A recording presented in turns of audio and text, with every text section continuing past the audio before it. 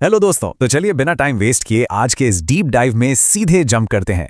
13 मई को CBSE class 12 के results आए और यार सच बताऊं तो इस बार की मार्कशीट्स ने सिर्फ स्कोर्स नहीं बताए बल्कि एक बहुत बड़ी मिस्ट्री खड़ी कर दी है। आज हम किसी को ब्लेम नहीं करने वाले, ना बोर्ड को ना किसी और को। हमारा मेन फोकस बस उन फैक्ट्स को डिकोड करना है जो इस पूरी कंट्रोवर्सी की जड़ हैं। आखिर लाखों एस्पिरेंट्स इतने परेशान क्यों हैं? The mystery of the missing marks. चलिए इसे समझते हैं। सबसे पहले इस नंबर पे नजर डालते हैं, 85%। जी हां, इस साल का ओवरऑल पास परसेंटेज लगभग 85% रहा है। यार जब ये फिगर सामने आया ना तो स्टूडेंट्स और पेरेंट्स दोनों लिटरली सन रह गए। अगर एक स्टूडेंट के पॉइंट ऑफ व्यू से देखा जाए जो साल भर जी तोड़ मेहनत करता है और फिर ओवरऑल रिजल्ट का ग्राफ एकदम नीचे आ जाए तो मायूसी होना बहुत लाजमी है। ये नंबर अपने आप में एक बहुत बड़ी और शॉकिंग कहानी बयां कर रहा है। अब ये 85% इतना बड़ा शॉक क्यों है? इसके लिए पिछला साल देखना होगा। पिछले साल का पास परसेंटेज काफी हाई था। उसके कंपैरिजन में इस साल सीधा 3% से ज्यादा का स्टीप ड्रॉप देखने को मिला है। जो बच्चे 95% या उससे ज्यादा की एक्सपेक्टेशंस लगाकर बैठे थे उनके लिए 3% का डीप कट इसने सच में सबकी उम्मीदों को चकनाचूर कर दिया। तो यहाँ सबसे बड़ा और क्रिटिकल सवाल ये खड़ा होता है कि आखिर इस साल के इवैल्यूएशन में गलत क्या हुआ? क्या अचानक से सारे स्टूडेंट्स ने पढ़ना छोड़ दिया था, या फिर कॉपियां चेक करने के उस पूरे इवैल्यूएशन प्रोसेस में ही कोई गड़बड़ी हुई है? चलिए स्टूडेंट्स की मेहनत से अपना फोकस हटाकर उस एक्चुअल सिस्टम की तरफ ले चलते हैं जिसने इस साल सबका ध्यान अपनी ओर खींचा है, द ओएसएम डिजिटल एक्सपेरिमेंट। तो चलिए सबसे पहले और प्राइमरी सस्पेक्ट को इन्वेस्टिगेट करते हैं, बोर्ड का ये नया नवेला डिजिटल इनिशिएटिव। आखिर ये ओएसएम है क्या भला? ऑन स्क्रीन मार्किंग या ओएसएम एक ऐसा डिजिटल स्कैनिंग और चेकिंग सिस्टम है जिसे नो टच नो डस्ट कहा गया। मतलब टीचर्स को अब कॉपियों के पन्ने मैनुअली पलटने ही नहीं थे, सब कुछ स्क्रीन पर डिजिटली स्कैन होकर चेक होना था। मेन आइडिया ये था कि भाई कैलकुलेशन में कोई गलती ना हो और कोई भी आंसर चेक होने से छूट ना जाए। ऑन पेपर देखा जाए तो आइडिया बहुत ही शानदार और एडवांस था, a system under pressure.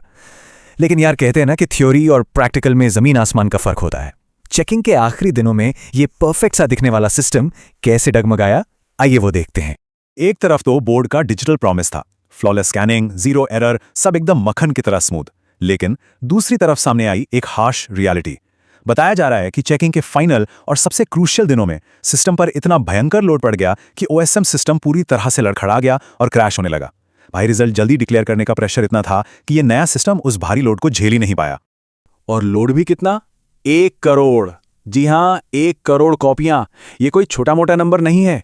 Board के पास लास्ट मोमेंट पे लगभग 1 करोड़ कॉपियां थीं जिनकी चेकिंग को अचानक से ऑफलाइन प्रोसेस में शिफ्ट करना पड़ गया। ये वाकई सोचने वाली बात है कि जिस सिस्टम को फुली डिजिटल होना था वो एंड मोमेंट पे 1 करोड़ कॉपियों के भारी भरकम पहाड़ के नीचे दब गया और पूरा प्रोसेस रातों रात बदलना पड़ा। और इसका नतीजा एक बहुत ही केओटिक सिचुएशन बन गई। टीचर्स को रातों रात जाकर मैनुअली कॉपियां चेक करनी पड़ी और मार्क्स को ऑफलाइन से ऑनलाइन अपलोड करना पड़ा। मतलब एक तरह का लास्ट मिनट हाइब्रिड जुगाड़ बन गया। कुछ कॉपियां डिजिटली चेक हुई और कुछ इस हड़बड़ी वाले ऑफलाइन ऑनलाइन तरीके से। और सच बताऊं तो यहीं से बच्चों और पेरेंट्स का असली गुस्सा फूटना शुरू हुआ है। No more easy marks. लेकिन यार सिर्फ डिजिटल सिस्टम का क्रैश होना ही एक लौती प्रॉब्लम नहीं थी। बोर्ड ने स्कोरिंग को लेकर जो नया स्ट्रिक्ट रुख अपनाया है वो भी एक बड़ा सस्पेक्ट है। स्कोर्स कम आने के पीछे कुछ और भी बहुत तगड़े फैक्टर्स थे। पहला, जो पहले मॉडरेशन पॉलिसी के नाम पर भर भर के मार्क्स मिलते थे ना, बोर्ड ने उस पर पूरी तरह से ब्रेक लगा दिया। दूसरा, ग्रेस मार्क्स की लिमिट एकदम स्ट्रिक्ट कर दी गई। अब ग्रेस मार्क्स सिर्फ उन्हीं को मिल रहे हैं जो बिल्कुल बॉर्डर लाइन पर लटक रहे हो। और तीसरा सबसे बड़ा फैक्टर, फिजिक्स और मैथ्स के पेपर्स। साइंस के स्टूडेंट्स ने तो इस बार लिटरली एक अलग ही लेवल का दर्द झेला है। कुछ सेट्स में फिजिक्स और मैथ्स के क्वेश्चन इतने ज्यादा मुश्किल थे कि एक्सपर्ट्स तक उनकी तुलना सीधे जेईई एंट्रेंस एग्जाम से कर रहे हैं। अब खुद सोचने वाली बात है, एक नॉर्मल बोर्ड एग्जाम देते वक्त अगर देश के सबसे टफ इंजीनियरिंग एंट्रेंस वाली फीलिंग आ जाए तो मार्क्स तो गिरेंगे ही ना। The compartment crisis. अब ओएसएम सिस्टम का क्रैश होना और ये स्ट्रिक्ट ग्रेडिंग, इन सब ने मिलकर जो एक परफेक्ट स्टॉर्म खड़ा किया, उसका सबसे डरावना नतीजा अब सामने है। 1 लाख से भी ज्यादा। ये उन स्टूडेंट्स का नंबर है जिन्हें इस साल कंपार्टमेंट एग्जाम की लिस्ट में डाल दिया गया है। यार 10,000 स्टूडेंट्स अगर कंपार्टमेंट में आते हैं तो वो भी एक बड़ी बात होती है, लेकिन यहां तो आंकड़ा 1 लाख क्रॉस कर गया है। ये एकदम मैसिव और अनप्रेसिडेंटेड फिगर है।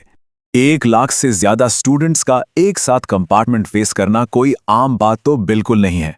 आज जो सोशल मीडिया पर या पेरेंट्स के बीच इतना भयंकर आउटरीच दिख रहा है ना, उसकी मेन वजह यही है। स्टूडेंट्स को साफ साफ लग रहा है कि इस पूरे मार्किंग मैस की वजह से उनके साथ फेयर प्ले नहीं हुआ है।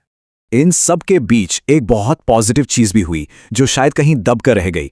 इस साल भी लड़कियों ने बहुत ही आउटस्टैंडिंग परफॉर्म किया है और लड़कों को पीछे छोड़ दिया है। लेकिन यार बदकिस्मती से लड़कियों की अचीवमेंट और उनकी मेहनत इस पूरी हाइब्रिड मार्किंग और सिस्टम कंट्रोवर्सी के शोर शराबे में पूरी तरह से ओवरशैडो हो गई। इस बात पे जितना फोकस होना चाहिए था वो नहीं हो पाया। Future of board exams. अब सवाल उठता है कि आगे क्या? इस ऑफलाइन ऑनलाइन मार्किंग डिजास्टर को लेकर लोगों का क्या मूड है? आइए इसे सम अप करते हैं। ये OSM सिस्टम बच्चों के लिए एक बहुत बड़ा डिसएडवांटेज है। ये सिर्फ एक कोर्ट नहीं है, बल्कि इस वक्त हजारों फ्रस्ट्रेटेड पेरेंट्स और एस्पिरेंट्स की फीलिंग है। उनका सीधा सीधा ये मानना है कि इस डिजिटल सिस्टम ने फायदे की बजाय बच्चों का नुकसान कर दिया है। उन्हें लग रहा है कि इस एक्सपेरिमेंट की भारी कीमत स्टूडेंट्स को अपने करियर और मार्क्स के साथ चुकानी पड़ी है। और फाइनली ये सब देखकर एक बहुत ही प्रोवोकेटिव सवाल जहन में आता है। क्या हमारा एजुकेशन सिस्टम सच में एक फुल्ली डिजिटल इवैल्यूएशन के लिए रेडी है? क्या पूरी तरह से डिजिटल पर शिफ्ट होने से पहले हमें सिस्टम की कैपेसिटी और बैकअप प्लान्स को 100% फुल प्रूफ नहीं करना चाहिए? ये जरूर सोचने वाली बात है। आज के इस एनालिसिस में बस इतना ही। उम्मीद है इस पूरी कंट्रोवर्सी के पीछे के फैक्ट्स अब बिल्कुल क्लियर हो गए होंगे।